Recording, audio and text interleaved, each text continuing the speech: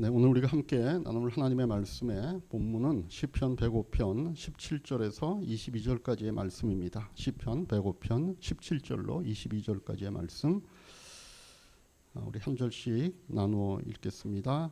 그가 한 사람을 앞서 보내셨으며 요셉이 종으로 팔렸도다.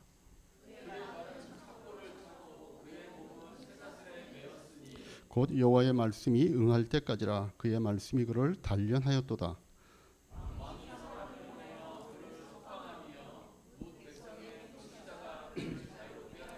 그를 그 집의 주관자로 삼아 그의 모든 소유를 관리하게 하고 그의 뜻대로 모든 신하를 다스리며 그의 지혜로 장로들을 교훈하게 하였도다. 아멘.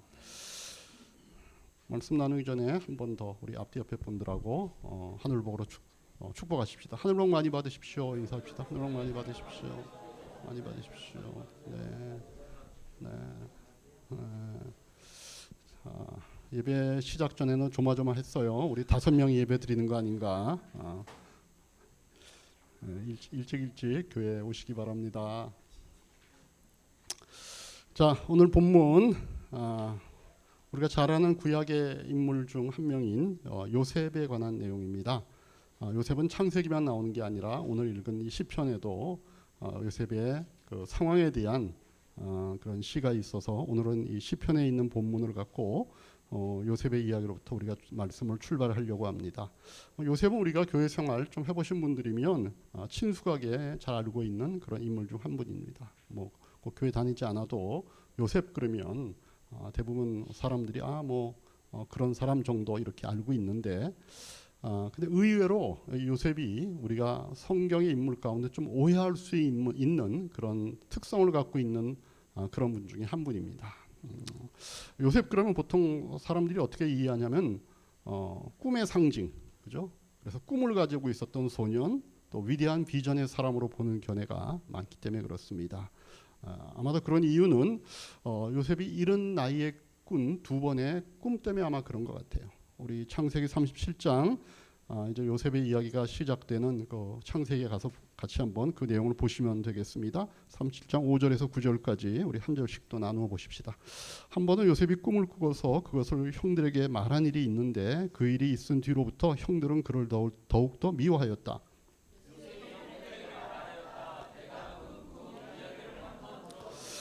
우리가 밭에서 곡식단을 묶고 있었어요. 그런데 갑자기 내가 묶은 단이 우뚝 일어서고 형들의 단이 나의 단을 둘러서 절을 하였어요.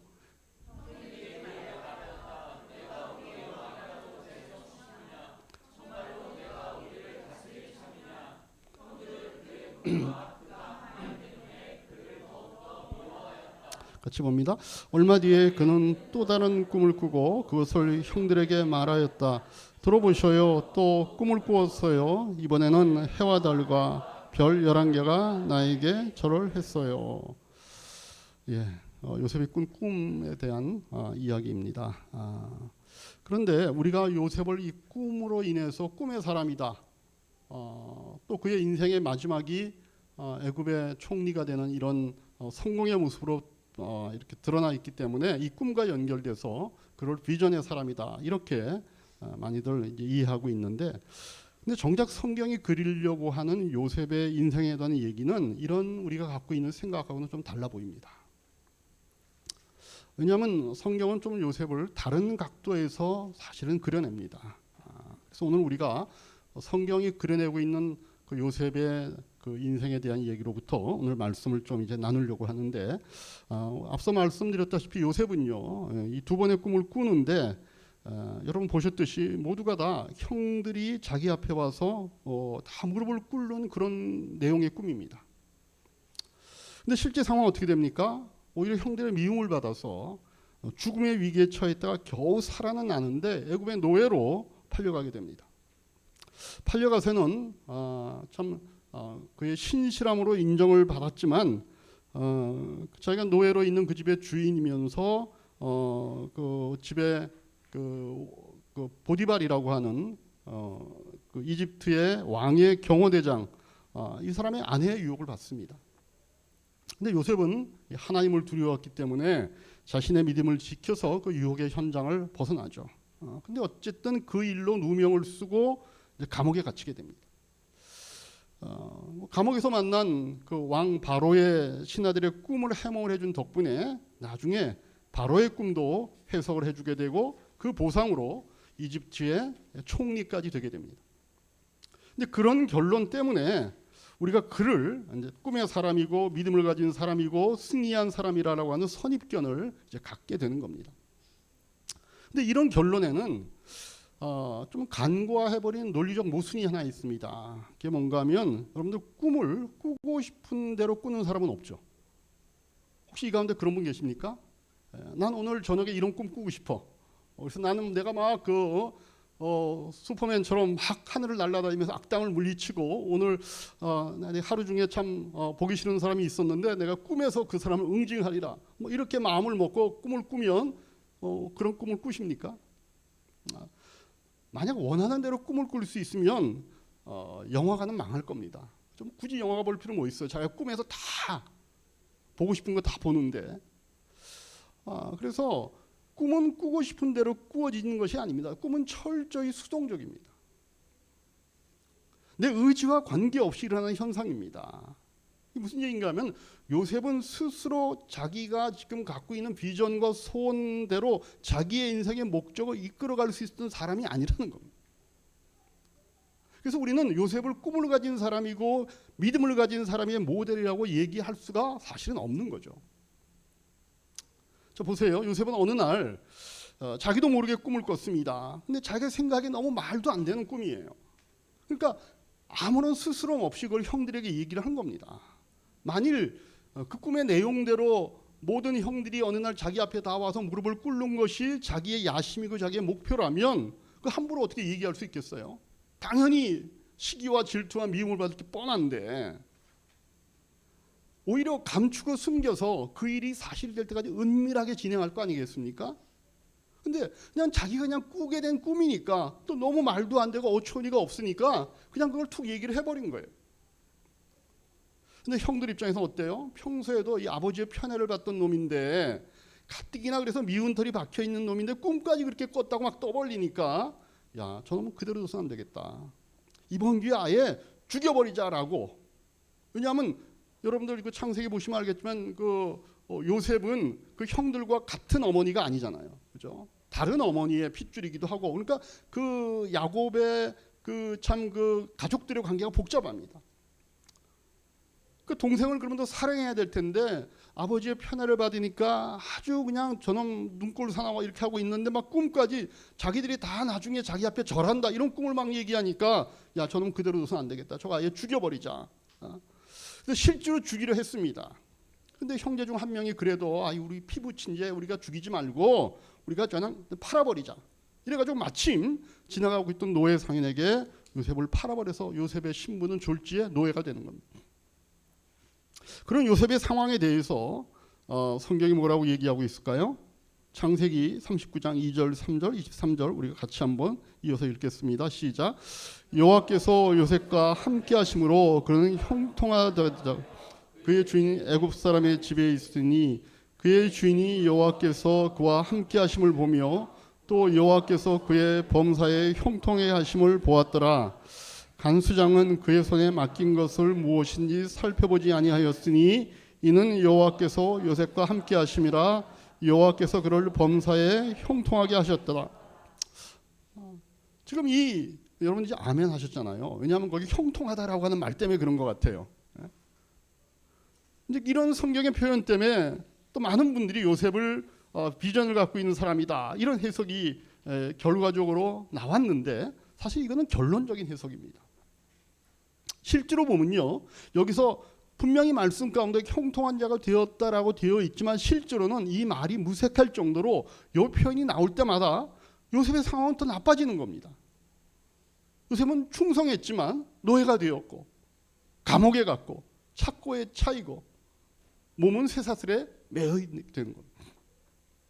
그러니까 이렇게 우리의 예상과는 전혀 다르게 펼쳐지는 이 요셉의 인생을 그려내는 그 본문이 아까 우리 읽었던 시편 105편 17절 이하의 말씀이에요. 이 말씀 가운데 우리가 좀 주목해서 볼 내용이 뭔가 하면 요셉의 삶이 전부 수동태로 표현이 된다는 겁니다. 요셉이 자신의 의지로 선택해서 이루어낸 것이 하나도 없다는 거예요. 다시 한번 우리가 본문 볼까요? 시편 105편 17절에서 19절 다시 한번 같이 읽겠습니다. 그가 한 사람을 앞서 보내셨으며 요셉이 종으로 팔렸도다. 그의 발은 착고를 차고 그의 몸은 쇠사슬에 매였으니 곧 여호와의 말씀이 응할 때까지라. 그의 말씀이 그를 단련하였도다. 보면 다 요셉은 수동적인 자세, 어떤 피동적인 자리에 서 있다는 것을 알 수 있습니다. 심지어는요, 나중에 승리하는 모습까지도 철저히 그렇게 표현됩니다. 105편 20절 말씀 같이 한번 읽습니다. 왕이 사람을 보내어 그를 석방하며 뭇 백성의 통치자가 그를 자유롭게 하였도다. 요셉이 자유롭게 되는데 요셉이 뭐 애를 써서 감옥에서 탈출한 게 아닙니다. 무슨 모범수로 감형을 받은 것도 아닙니다. 그냥 석방이 되는 거예요. 왜? 바로가 석방하라 그런 거예요. 바로가 요셉을 총리로 만들어서 자기의 모든 소유를 관리하게 하고 모든 문무백관을 다스리게 하고 요셉의 지혜로 원로들을 교훈하게 합니다. 요셉의 입장에서는 계속해서 일을 당하고 있는 거예요. 그는 철저히 상황에 묶여져 있고 타인의 손에 그의 운명이 맡겨져 있는 모습으로 성경이 기록합니다. 그래서 그런 상태를 오늘 본문이었던 시편 105편 18절에서 이런 아주 인상적인 표현을 하는 거죠. 그의 발은 착고를 차고 그의 몸은 쇠사슬에 매어 있었다. 여기서 몸이라고 하는 이 히브리 단어는요, 원어를 보면 혼이라고 하는 말로 바꿔 읽을 수 있게 되어 있습니다. 다시 말하면 몸이 아니라 혼이 묶여 있는 겁니다. 직역하면 그의 혼이 쇠사슬에 매어 있다라고 하는 뜻입니다. 우리말 표현에 아주 적합한 표현이 있습니다. 혼비백산했다. 요셉의 상태입니다. 요셉은 자기의 인생과 자기의 현실을 도무지 이해할 수가 없는 상태인 겁니다. 자신이 어린 시절에 꿨던 꿈과는 전혀 다른 인생에 던져져서 현실은 중범죄를 다루고 있는 왕궁 감옥 밑바닥까지 지금 와 있는 거예요. 그런데 갑자기 그의 상황이 뒤바뀌어서 요셉은 바로의 꿈을 해석하고 애굽의 총리가 됩니다. 그의 꿈대로 풍년인 7년 동안 양식을 저장했고 7년에 이어질 흉년을 대비하죠. 실제로 전 세계에 그 이후에 극심한 가뭄이 들었고 그의 고향인 가나안에 있었던 형들도 양식을 구하러 이집트에 오는 겁니다. 그리고 그 형들이 어떻게 해요? 그 양식을 파는 총책임자였던 요셉 앞에 무릎을 꿇습니다. 그때 요셉은 바로 자기가 옛날에 꾼 꿈을 기억해내는 겁니다. 그 상황 속에서 요셉이 뭘 깨달았을까요? 아, 이게 우연이 아니었구나라고 하는 걸 비로소 깨닫는 겁니다. 자기가 걸어온 인생이 우연이 아니었다는 사실을 그때 비로소 알게 됩니다. 그 전에는 요셉은 몰랐던 거예요. 요셉이 믿음이 없었던 것이 아니라 자신이 속한 현실이 너무 당황스럽고 하나님의 계획은 너무나도 커서 자신이 가진 믿음으로는 다 담을 수가 없었던 겁니다. 그래서 그 과정 내내 요셉은 그냥 혼비백산하는 것 말고는 다른 걸 할 겨를이 없었던 겁니다. 자, 이 지점쯤 오면 여러분이 성경이 요셉의 이야기를 통해 우리에게 보여주려고 하는 게 뭔지 좀 보이시나요? 제가 지난주에도 좀 언급을 했지만 하나님은 우리가 묶인 자리에서 우리 속에서 일어나는 모든 어려움 가운데서 일하신다라고 하는 그 사실입니다. 혼백산밖에는 다른 것이 할 것이 없었던 그 상황에 묶여서 왜 내게 이런 일이 일어났는지조차 판단할 수 없었던 그 억울한 상황에 던져진 요셉이 온 세상을 구하는 겁니다. 애굽이 오판하에 잡아놓은 죄수가 오히려 이집트를 구하고 이집트만 아니라 온 세상을 구하는 거 아닙니까? 자신들이 중재인이라고 잡아넣었던 자에 의하여 이집트와 세상이 구원을 얻는 겁니다.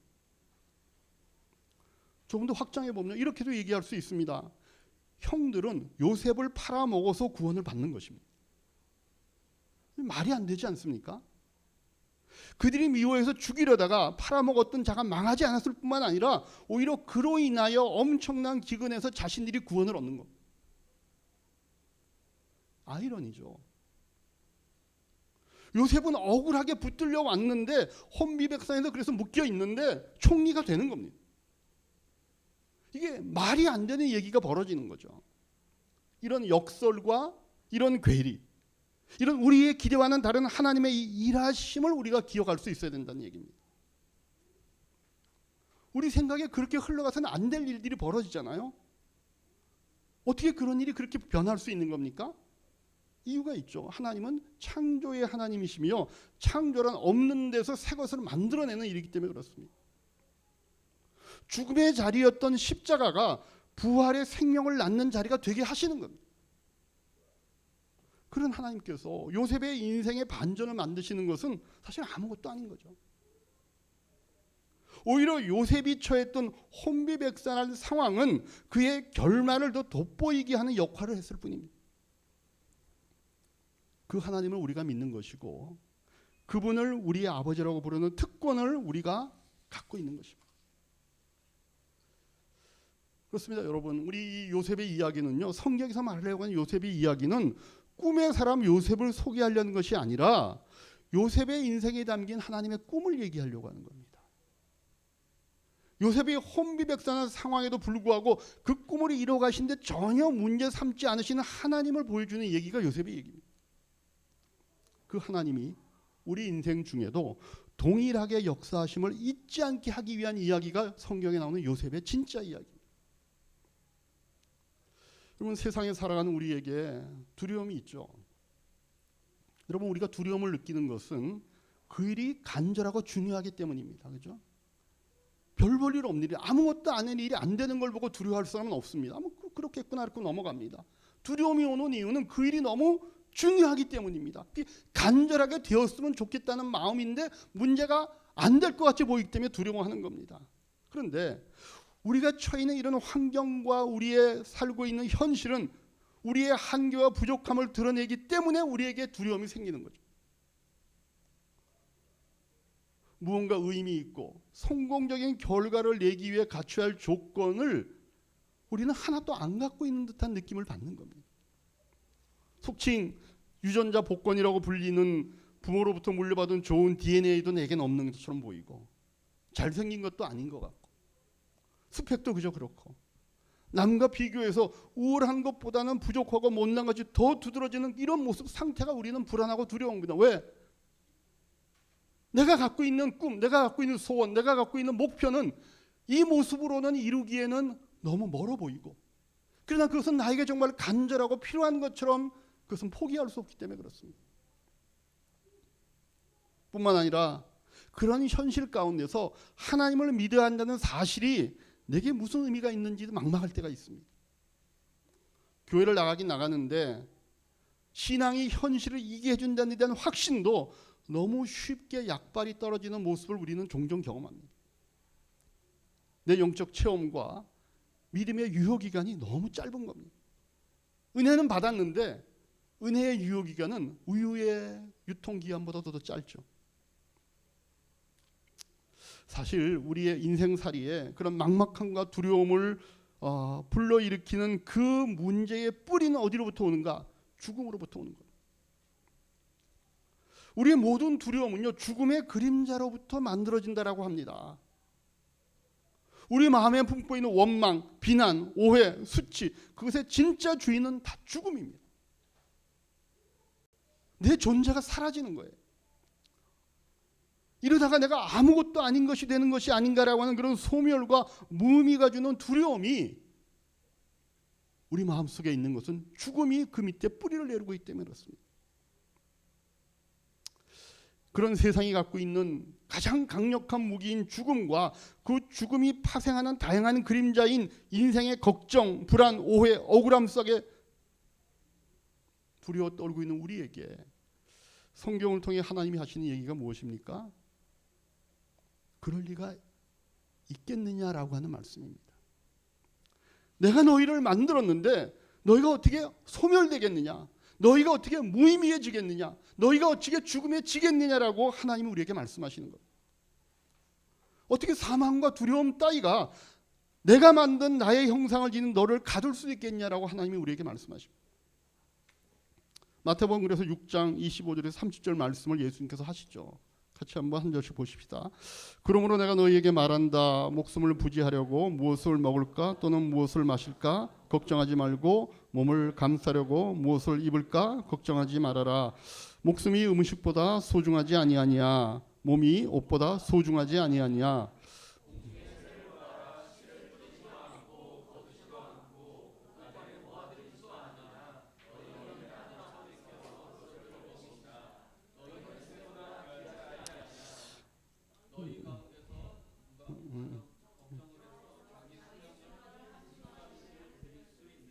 어찌하여 너희는 옷 걱정을 하느냐. 들의 백합화가 어떻게 자라는가 살펴보아라. 수고도 하지 않고 길쌈도 하지 않는다.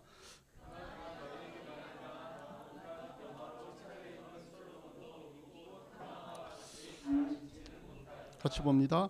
오늘 있다가 내일 아궁이에 들어갈 들풀도 하나님께서 이와 같이 입히시거든 하물며 너희들을 입히시지 않겠느냐. 믿음이 적은 사람들아. 저는 이 30절에 나오는 하물며라고 하는 이 말씀이 나를 향한 말씀임을 붙잡기를 주님의 이름으로 축복합니다. 여러분, 다윗의 한 고백이 있잖아요. 시편 23편 4절에 뭐라 그럽니까? 내가 비록 죽음의 그늘 골짜기로 다닐지라도 주님께서 나와 함께 계시고 주님의 막대기와 지팡이로 나를 보살펴 주시니 내게 두려움이 없습니다. 라고 하는 이 고백이 나의 고백이 되시기를 축복합니다. 사도 바울이 고린도전서 15장 55절에서 뭐라고 얘기했습니까? 사망아 너의 쏘는 것이 어디 있냐라고 대응할 수 있기를 여러분 주님의 이름으로 축복합니다. 여러분, 예수님의 생애에서도 증언하고 싶은 것이 바로 이 대목이었습니다. 여러분, 하나님이 약속한 메시아이신데도 그럴듯한 조건을 갖고 있지 않았다고 말씀을 드렸죠. 그분은 그나마 있던 조건조차도 다 팽개치셨습니다. 자신을 몰아넣는 세상과 싸우지 않고 그들에게 묶여서 막힌 채로 그냥 죽으셨습니다. 그러나 그것 때문에 하나님이 하시는 일이 방해받거나 제한되거나 타협되지 않았습니다. 그게 성경이 하는 얘기입니다.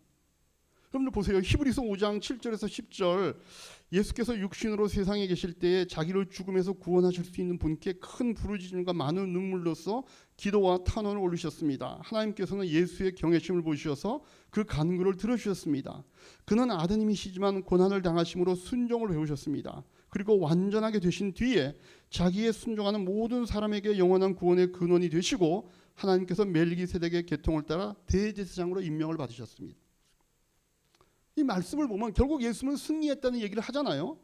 모든 사람의 구원을 이루시고 하나님께도 인정을 받아 만물을 그 발 아래 두는 창조주의 권세로 회복하셨다는 겁니다. 자, 그러면 그렇게 될 결과를 주님께서 아셨을까요? 몰랐을까요? 아셨겠죠. 근데 왜 우리가 앞에 읽었던 제일 첫 번째 구절처럼 7절에 뭐라 그랬어요? 예수께서 육신으로 세상에 계실 때에 자기를 죽음에서 구원할 수 있는 분께 큰 부르짖음과 많은 눈물로 기도와 탄원을 올리셨다. 결과가 다 잘 될 줄 아시는데 왜 주님께서 이 땅에 오셔가지고 울고 탄원과 기도를 하셨을까요? 쇼를 하신 걸까요? 그게 아니죠. 그 길을 가는 것이 만만치 않았기 때문에 그렇습니다. 하나님이 하나님의 일을 이루시는 방법을 육체를 가지고 인간의 몸으로 오시는 방식으로 이루시겠다고 하셔서 예수님이 비명을 지르는 겁니다. 나중에 예수님께서 어떻게 골고다에서 기도하셨어요? 이 잔을 가능하면 옮겨달라고. 창조주로서 피조물의 몸을 입는 한계에 갇히는 것을 예수님께서는 그 상황 동안에 너무 견디기 힘든 부분이 분명히 있었다는 얘기입니다. 그래서 어떨 때는 눈물로 탄식으로 하나님께 기도할 수밖에 없는 그 길을 주님께서 가셨다는 것입니다. 여러분, 예수님께서 이 인간의 길을 걸으시면서 큰 부르짖음과 많은 눈물과 탄원으로 그 길을 갔다는 걸 이해하지 못하면은요, 우리는 인간이 겪는 모든 비명도 결국 이해할 수 없습니다. 아니, 어떻게 하나님을 믿는 사람이 그 정도도 못 참아? 믿음 적은 거 아니야? 그렇게 자신과 남을 몰아붙이게 됩니다. 근데 여러분, 우리가 우리의 인생 가운데 지르는 비명이 다 우리의 믿음이 작기 때문에 나오는 비명인가요? 성경은 그렇지 않다고 얘기합니다. 우리가 비명을 지를 수밖에 없는 연약한 존재고 한계 속에 있다는 사실을 하나님이 아시기 때문에 그렇습니다. 하나님은 그런 거 갖고 뭐라 그러시지 않으십니다. 여러분, 하나님이 우리를 창조할 때 어떻게 창조하셨죠? 그냥 다른 피조물을 창조하는 것처럼 말씀으로만 창조하는 것이 아니라 흙으로 빚어 생기를 불어넣는 과정을 거쳐 생명이 되는 구체적인 작업을 통해 창조하신 겁니다. 우리를 처음 창조할 때 그렇게 하신 것처럼 지금도 하나님이 목적하시고 이루시고자 하는 하나님의 자정의 수준과 완성을 위한 그 목표를 시간과 공간이라고 하는 이 컨텍스트 속에서 갈등과 버거움과 고통과 비명을 지르는 것과 같은 이 구체적인 상황 속에 우리 안에 하나님의 목표를 담아 갖고 계시는 겁니다. 여러분, 그걸 우리가 뭐라고 부르냐면 그걸 인생이라고 부르는 겁니다. 여러분, 우리가 인생을 살면서 겪게 되는 이 고난과 어려움은요, 어떤 대가를 위해 어쩔 수 없이 고생하는 것이 아닙니다. 고생 자체가 없어서는 안 되는 과정이기에 겪는 것입니다. 비명을 지르고 한숨을 쉴 수밖에 없는 과정을 하나님이 우리로 하여금 인생 가운데 겪게 하십니다. 여러분, 이 과정이 없으면은요, 마치 건물 중간에 어떤 층이 없는 것과 같습니다. 여러분, 4층 건물을 지으려면 1층, 2층, 3층 다 견고하게 자기 층을 유지하도록 져야 됩니다. 1층 짓고 나서 이제 4층까지 가야 되니까 2, 3층은 대충 져. 4층까지만 잘 지면 돼. 이러는 건축은 무너지죠. 중간층이라고 허술하게 지으면 그 건물 자체가 부실하게 됩니다. 계속 서 있을 수가 없습니다. 그럼 우리 인생도 마찬가지예요. 인생에는요, 울었던 층, 웃었던 층이 다 있습니다. 그 모든 층들이 모여 건물을 이루는 겁니다. 거기에 하나님의 위대함이 있다라고 성경이 얘기합니다.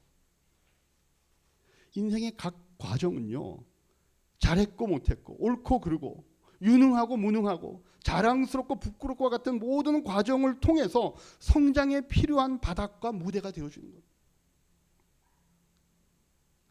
평소에는 그렇게 느끼지 못하다가 어떤 사건으로 우리가 무너져 봐야 잘한 것과 잘못한 것, 복받을 것과 고생한 것들이 서로 대등한 가치를 갖고 있다는 사실을 깨닫습니다. 옛날에는 잘 되는 것만 바랬죠.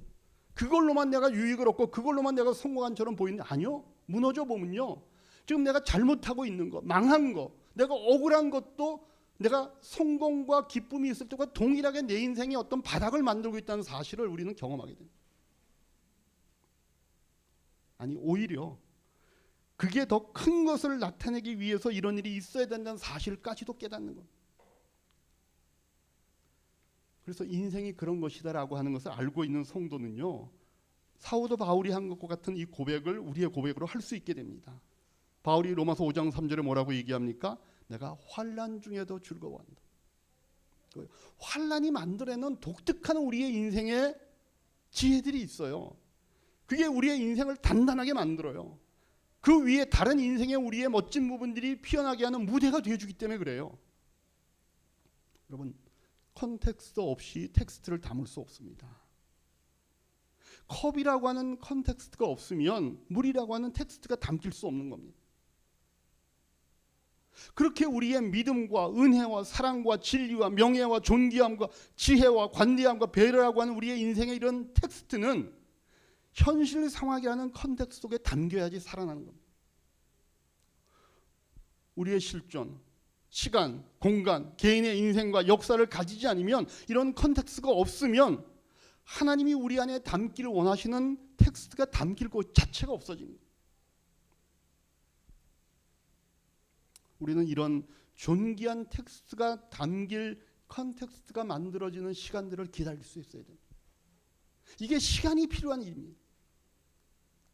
여러분, 살다 보면 어느 순간 예전과 뭔가 깨달아지는 경험을 할 때가 있습니다. 그죠? 꼭 신앙적인 깨달음만이 아니라 인생을 살다 보면 나이가 들면, 이거 이렇게 하면 되겠구나.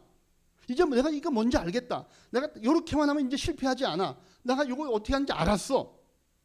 내가 당한 이 문제를 해결하려면 이렇게 하면 되겠네. 하나 깨달았어. 그렇게 얘기하면요, 아직 인생이 뭔지를 모르는 겁니다. 그건 그 나이에 깨달은 거에 불과합니다. 그 다음이 더 있습니다. 당연히 더 있고, 나중에 여러분들이 천국에 가면 세상에서 깨달았던 그 많은 것들이 사실은 극히 일부분이었다는 사실까지도 알게 되는 겁니다.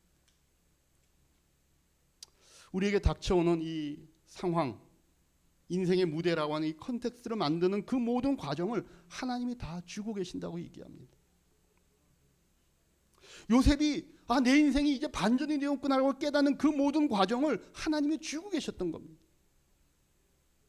자기 아들을 세상에 보내셨을 때도 그를 죽이는 세상의 권세가 있었으나 하나님이 그 예수 그리스도의 모든 운명과 모든 결론을 쥐고 계셨다라고 얘기합니다. 하나님이 그렇게 그의 아들 예수 그리스도를 통하여 이루신 바로 그 승리를 우리의 생애 속에도 동일하고 구체적이고 성실하게 담고 있다는 사실을 여러분들이 기억하시길 바랍니다. 그래서 예수는 우리 앞에 보내신 겁니다. 그걸 우리 보러 보라고, 그분이 가신 길을 보라고, 하나님이 너희의 인생도 그렇게 다루실 거라고 하는 걸 우리에게 분명하게 말씀하기 위해서 그분은 역사 속에 보내신 것입니다. 반역과 사망이라고 하는 세상이 휘두를 수 있는 그 무기를 넘어서는 하나님의 의지와 지혜와 성실하심이 우리를 우리의 인생 가운데 붙잡고 계시다고 성경은 얘기합니다. 그게 우리가 기억해야 될 기독교 신앙의 대전제입니다. 이 전제를 놓치면은요, 아무도 자기 인생, 자기 현실, 자기가 살고 있는 이 지금을 납득하고 확인할 수도 없어 안타까움만 있는 겁니다.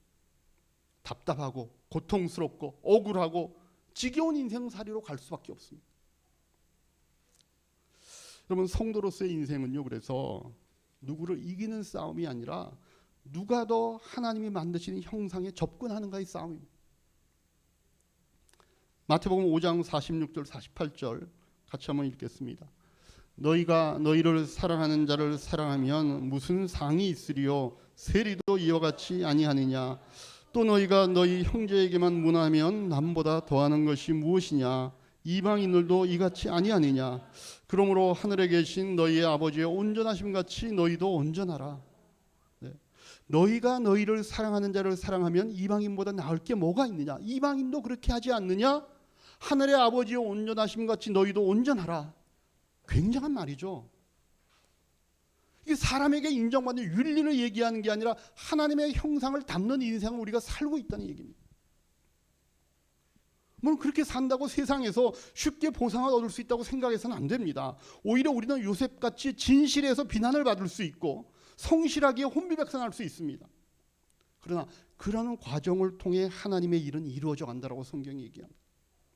그래서 결국은 우리에게 모든 짐을 떠맡기고 우리를 괴롭힌 자들이 우리로 말미암아 구원을 얻을 것입니다. 요셉의 형들이 그렇게 되었던 것처럼 그런 일이 우리에게 인생 가운데 벌어진다라고 성경이 얘기합니다. 바꿔 얘기하면 우리가 실패한 자리가 하나님의 은혜를 담는 자리가 될 것이라고 얘기합니다. 여러분 꼭 기억하시기 바랍니다. 우리가 겪는 현실, 지금 우리의 모든 조건은 하나님의 일을 이루시는 방법입니다. 그게 하나님의 지혜고 하나님의 능력입니다. 그 상황이 하나님의 일이 이루어지는 구체적인 현장입니다. 그 현장을 하나님의 사람으로서 하나님의 일하심을 믿는 자로서 늠름하고 담대하고 명예롭게 살아가시는 이야기의 성도님들 되시기를 주님의 이름으로 축복합니다. 기도하겠습니다.